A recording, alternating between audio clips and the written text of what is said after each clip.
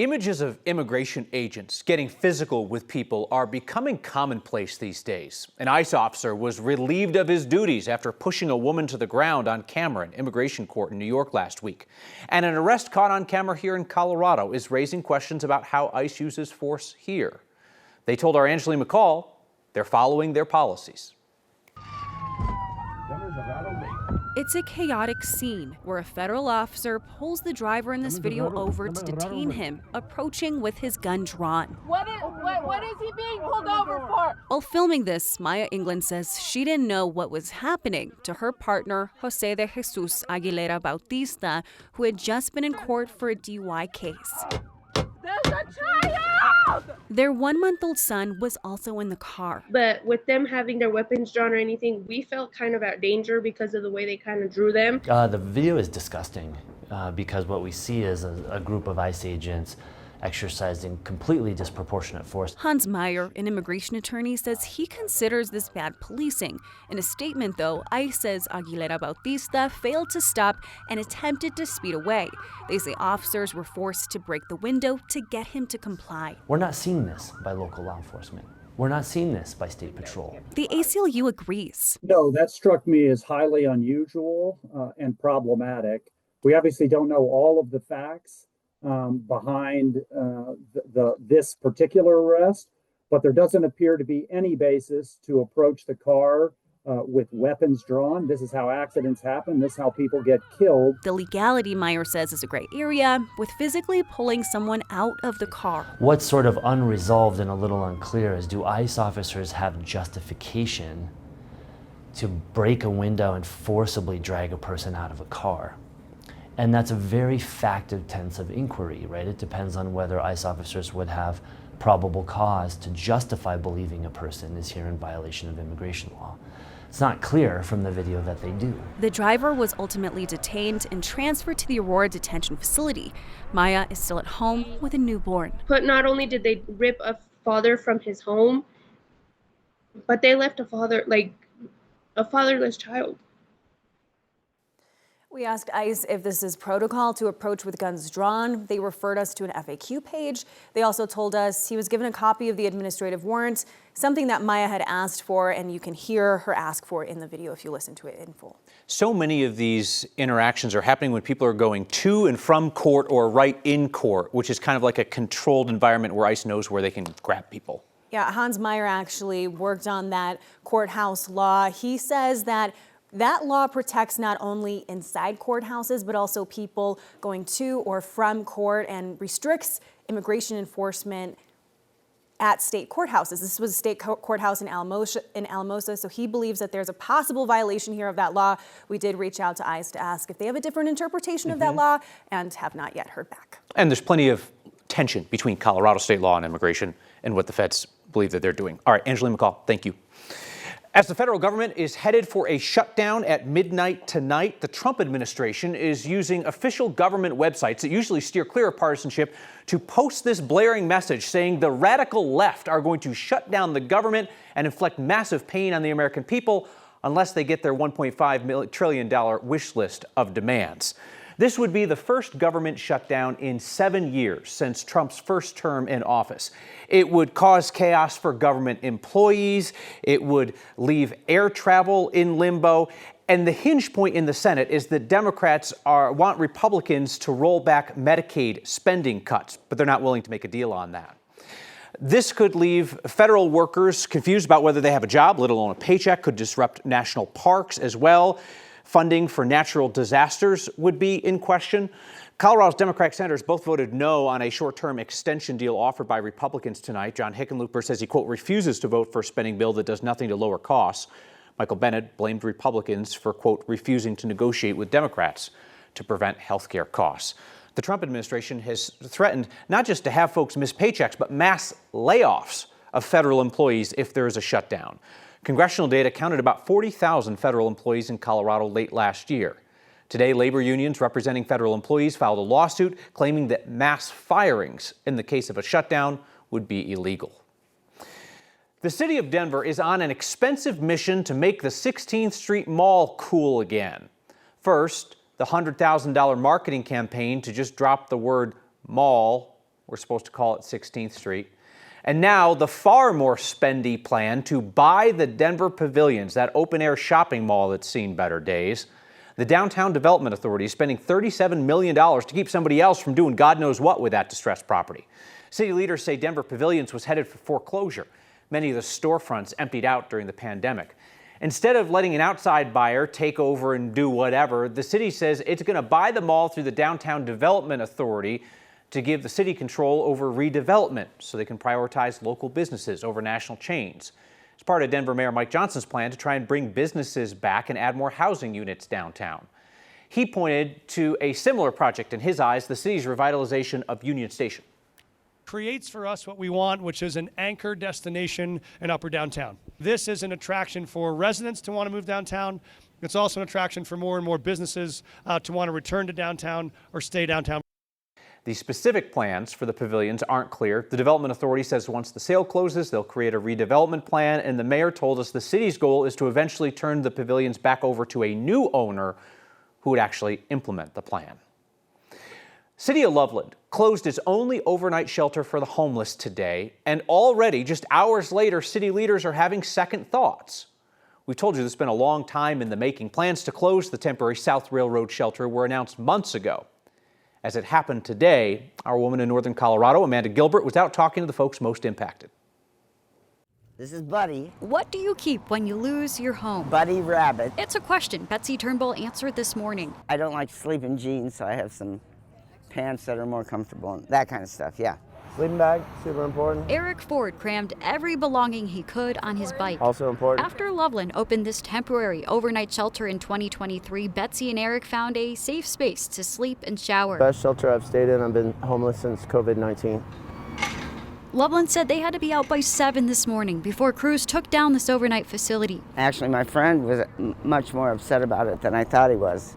He's going to be sleeping outside tonight. He's not looking forward to it.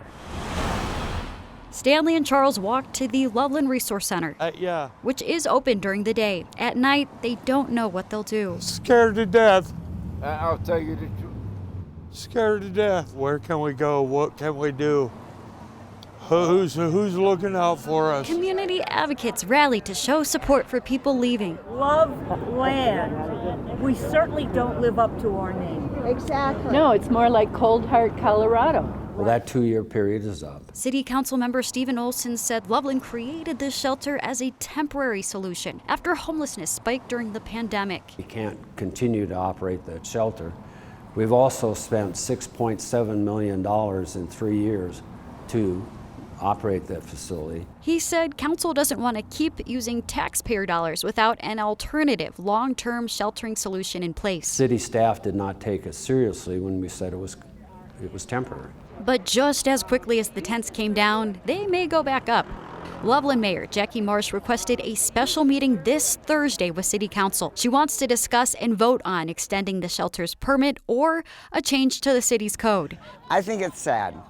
I really do. Now City Council will decide again with the space some call home.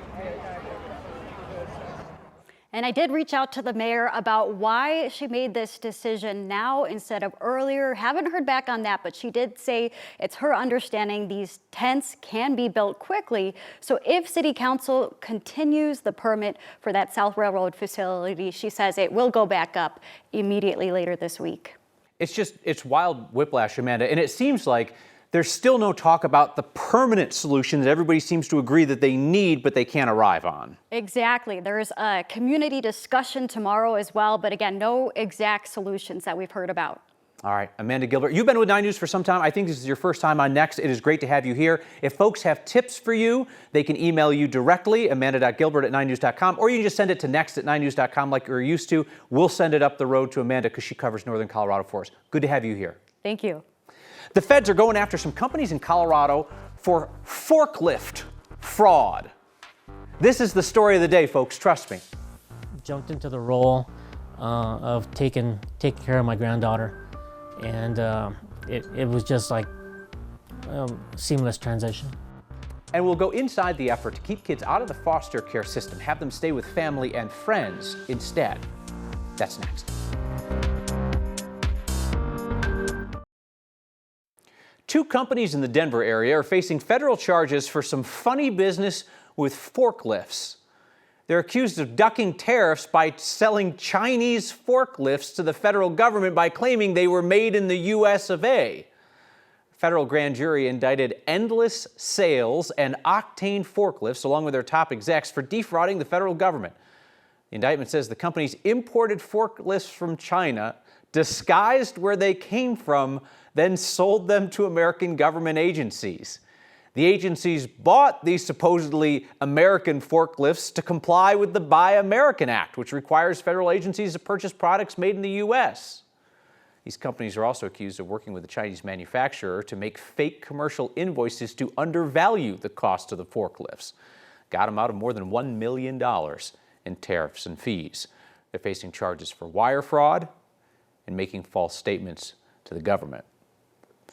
See, Chris Bianchi, that's where we missed our calling. We're both trying to make an honest living, talking about the news and the weather, and we could have been faking forklifts. Yeah, we could have just been saying that they were, well, Chinese or American, and then they were Chinese the whole time. You slap a little USA sticker on the side of them, bingo, bango, profit.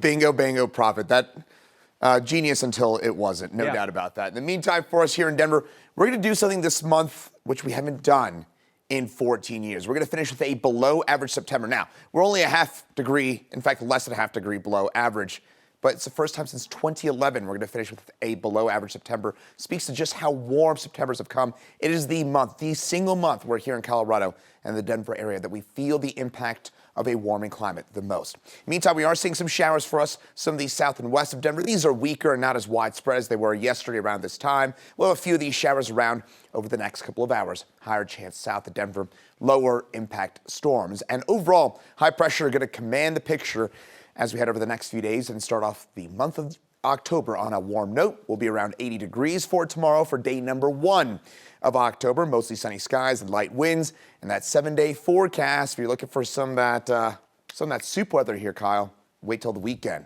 How about Sunday, Monday, and Tuesday? Showers around and temperatures in the mid-60s. Might have myself some chili, or instead, I might have a soup. Today, the Federal Communications Commission started a process that could loosen ownership rules for television stations. This comes as Nexstar, the largest owner of TV stations, is asking for FCC approval to buy 9 News and its parent company, Tegna. Currently, no single company can own stations reaching more than 39% of TV households in America. Nexstar's proposed acquisition of Tegna would bring that combined company's reach to about 80%, double the current limit. The FCC is also expected to review a rule tossed out by a federal court of appeals in July that a single company cannot own 2 of the top 4 TV stations in a market. In Denver, Nexstar already owns Fox 31 and Channel 2. The proposed merger would add 9 News and Channel 20. The CEO of Nexstar has said that multiple stations in the same city will be combined. The FCC is led by Chairman Brendan Carr, close ally of President Trump, who recently praised Nexstar for temporarily pulling Jimmy Kimmel off late-night TV on their stations after Kimmel said the MAGA movement was trying to score political points off the killing of Charlie Kirk. Chairman Carr has called the current ownership limits arcane and artificial. Our primary goal is to promote investment in local broadcasters who provide trusted news and information vital to the communities they serve. Commissioner Ana Gomez, in the Democratic minority on the FCC, warned today of the loss of journalist jobs if media ownership limits are lifted and stations are consolidated.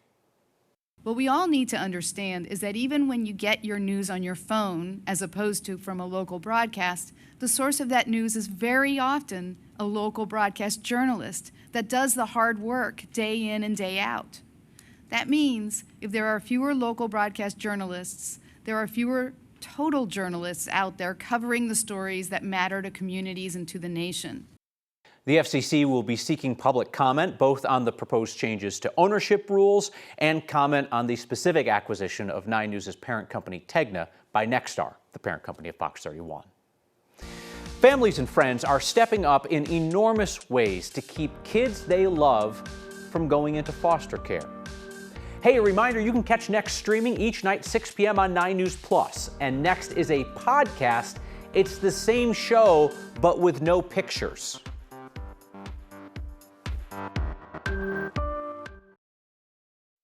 Foster care is designed to be a safe place for kids facing abuse or neglect, but It's unfamiliar, which is where kinship care comes in. Children are placed with other family or friends. Our Byron Reed looks at how it works in Denver. There she is. Family is there for each other. My granddaughter is just a sweetheart, and people just fall in love with her whenever they see her. For 55-year-old Carlos, it's a connection that almost wasn't there for his 20-month-old granddaughter. My daughter was into addiction when my granddaughter was born, and I just had to step in and take care of her. Carlos has been a caregiver to his granddaughter after her mother was incarcerated. I just jumped into the role of taking care of my granddaughter, and it was just like seamless transition. Hey, I got you some stuff. He's been taking care of his granddaughter through the city's Kinship Support Services program, part of Denver's Human Services Welfare Division. We just come in and try to stabilize and support these guys. Jasmine Gary is a lead kinship caseworker for the service that works to put children in the homes of relatives or someone they have a family-like relationship with in cases of abuse or neglect, keeping them out of foster care. The family provides these children with, cultural aspects that a foster home really could not teach them. She believes her compassion comes from her own experiences as a teen. I myself went through the foster care system growing up in Texas. I know what it's like you're removed from your home. The program provides financial assistance, case management, and legal referrals to families caring for their relatives' children. We're supporting those parents who need some support and need some help making sure that they can keep their kids safe. Matt Gebhardt is the division director in child welfare for DHS that's been providing stable households for children for more than a decade. Right now we're at 52% of our kids are currently in kinship placement, and we're looking at our first-time placement rates. 57% of our kids are first-time placed with kinship, and we want to do even better than that. For Carlos and his granddaughter, the program has been helpful. We're happy every day, and we're having fun. In building their relationship and being there when it counts. It's just like we were born to be with each other. For Next, Bye-bye. I'm Byron Reed. She's been waiting.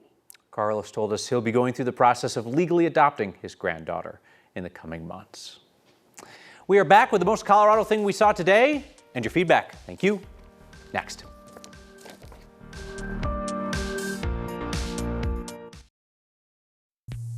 The most Colorado thing we saw today, 2 residents of Estes Park getting into a brawl. Classic bear on bear action right there in the backyard. Chris Fisher-Keller took this video today in Estes Park. So in watching this, it looks like the lighter colored bear comes out on top in this brawl, sends the black colored bear running. We should mention, right, that they're all black bears in Colorado. They're not brown bears. We don't have grizzlies here. Haven't had grizzlies here for decades. What, last one of those got shot down by Poncha Springs in like the 70s. But yeah, no, those are black bears fighting in a backyard in Estes Park. Feedback tonight via email. I really liked the Loveland reporter on Next Tonight. Nice, calm demeanor. She covered that contentious topic in a calm way. That is Amanda Gilbert. She's our new-ish Northern Colorado reporter. You'll see her covering all things NOCO and occasionally popping back on Next, I hope. We'll pass along that compliment. Then Jeff says, why would I ever want to listen to the next podcast? I wouldn't be able to see your splendid jackets. Well, Jeff, some folks say that they can't stand the sight of my face, so we provide that option.